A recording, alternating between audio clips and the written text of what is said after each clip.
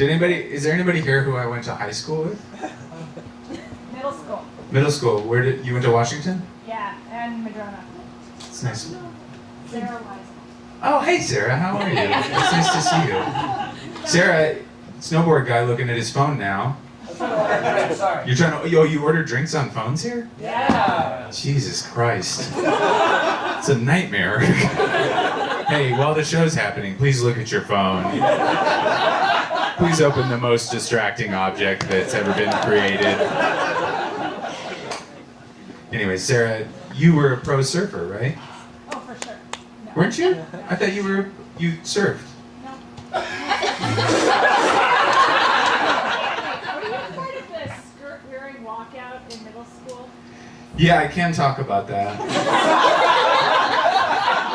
I've actually always wanted to talk about this because only Seattle will be able to relate to this. So when I was in seventh grade, all the girls in school wore these hippie dresses. They were like skirts. They were hippie skirts. So they had an elastic band. They looked like something you would buy at like a music festival. They were very loose, cheaply made. And, right? Yeah, they were like a tapestry around your waist, you know? Yeah. And one day, this was like the height of grunge, Kurt Cobain had just wore a dress on TV. And so I like put one on, and then this like administrator came around and she was like, Andy, you have to take that off.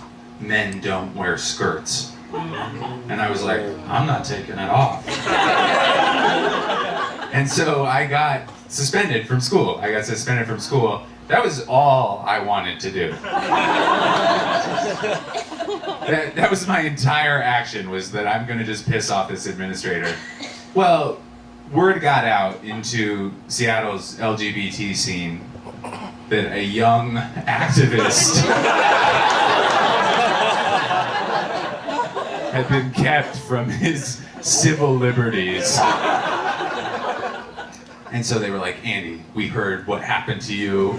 We're outraged that you weren't allowed to wear a skirt. I was just being a smartass. They thought that I was the first gender-neutral person in America. So they were like, we're having a protest. So literally, like 2 days later, like 100, 200 people, all men, showed up in skirts in front of my middle school. And I was the keynote speaker.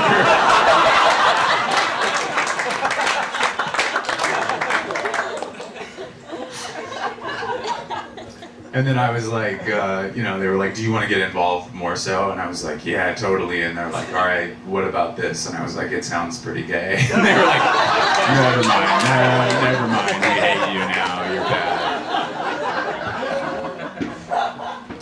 That's fun. Well, thank you for bringing up that story. That was like, I totally wanted to talk about that and not disappoint all these people. So do you have any more funny anecdotes? I know I was a camp counselor too. I have some friends here from summer camp. There's my buddy Jake right there. Hi, Jake. Right on time. Yeah, thanks, buddy. I was a summer camp counselor for like 10 years. I don't know what it was. I started when I was 15, and then they kicked me out eventually.